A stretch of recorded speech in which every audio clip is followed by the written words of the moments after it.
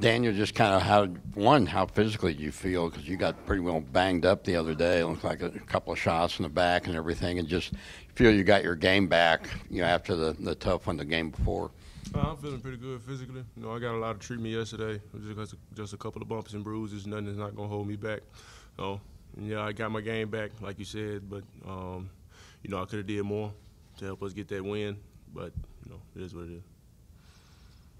Isaiah, how do you feel about breaking the freshman record? Obviously, there's more records out there. And Daniel, what have you thought about Isaiah's three-point shooting this year and how that's helped the team? It's a big honor, to be able to break some of those records. Not a lot of people get that opportunity. But at the same time, I would have rather got the win and not break the record, But, you just can't – you don't know how the game's going to go. So, but breaking the record, it's a great feeling, a big honor. Yeah, Isaiah, he's came through for us in a lot of games with his shooting. And he's a great shooter, and, it's a well-deserved thing for him that he's got this record.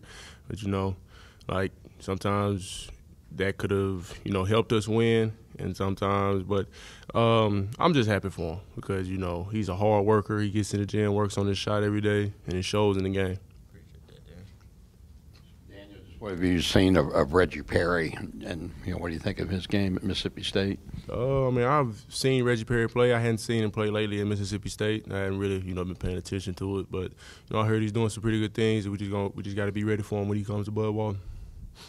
Yeah, both you guys, I guess Reggie committed here, and then he changed his mind, which obviously, a lot of guys do that. But how well, Isaiah, you played with Reggie, right? How well do you guys know him? What did you think about when he was maybe going to come here, and then when he decided not to come, or how did that make you guys feel, and does that add a little extra to this game? I played AU ball with Reggie for a long time. We're real close friends. We're really real good friends. It was an unexpected change when he had changed his mind, but I'm happy for him. I wish the best for him. But going into the game, there's probably going to be a lot of emotions in the air, so, you just got to play hard. Yeah, you know him when he visited. How did you feel when he changed his mind, went to a SEC rival? It's just a process. I guess that was with his recruitment. He didn't feel this program was what he needed, so he decided to go somewhere else. And I can't blame him for that. Sometimes your mind changes. I'm not gonna knock on his head for not coming here. He would have been, a great addition to this team, but he decided to go somewhere else, so I really can't say anything about that. But, I think I've met him once. I hadn't really got, a chance to, get to know him as much as probably, I wanted to, but, I met him once, and he's a real good kid. And Isaiah, you haven't played with him. I guess he's helping stay quite a bit. He's starting now. What impresses you about his game? What makes him a good player? He brings a lot of energy to the floor no matter what he's doing. He's always going to go after that extra rebound, go for the loose balls. As a big man, you don't really see that much, but he'll do all the little things, and he's very skilled, and so we gotta play to his weaknesses. You want to tell us what his weaknesses are? Keep that a team secret, or? I think I'm gonna keep that secret because we just gotta go through it as a team. Everybody has a lot of weaknesses, so. We just got to go through it as a team, make sure that we point those out so we can stop it in the game. Daniel, just kind of from last year's game, he's a guard, but just what are your memories of Quindary Witherspoon and kind of what he brings to the table? For Mississippi State, yeah, he brings a lot of energy. He's basically their facilitator. From what I've seen last year, he can do basically everything. He comes in and rebounds also as a guard in his position. And we just got to pay attention to the little things that he does because those little things might help them in the long run, but we got to make sure that doesn't happen. You guys got a lot. Mississippi State's projected to be in the NCAA tournament. Auburn, Alabama, Kentucky, obviously. So you got some tough games coming up. But the good news is if you beat those guys, that's going to raise your all's profile. How do you feel about the schedule you got coming up?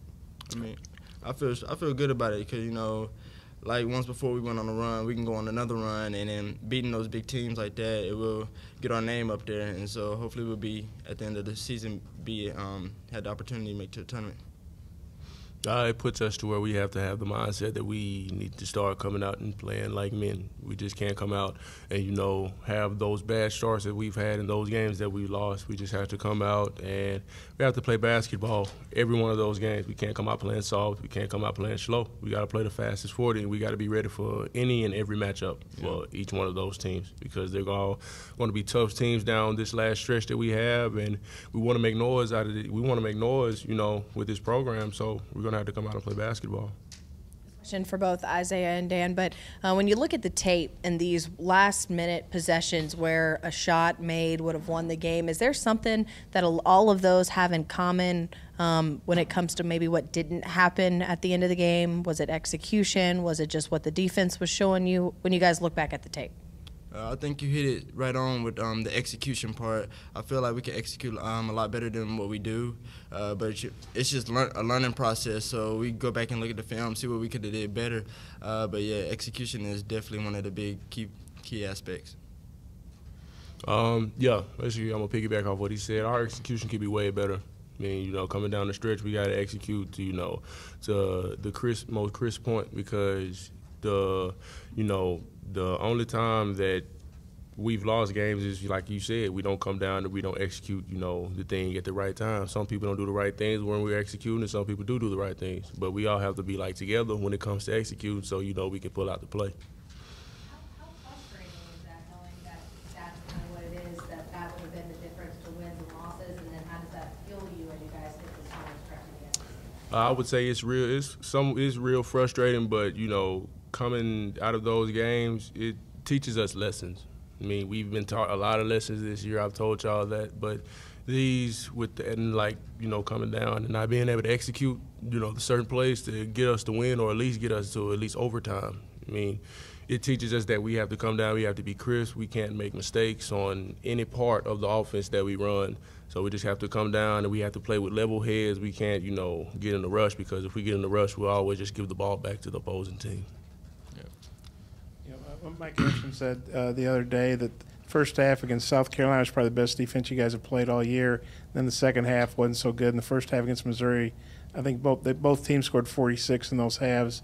What do you think happened to the defense in the start and then the second half against Carolina? And what do you guys got to do to get it back to the way you were playing in recent games? We just got to come out with the same intensity that we did in the first half of the South Carolina game. I mean, we were out there getting deflections. We were talking on defense, rotating in lanes. You just have to be active. We have to play like the fastest 40, and playing like the fastest 40, it's almost like playing against 7 people whenever you're playing against us, because we're always moving, we're always active. We just got to get back to playing that way.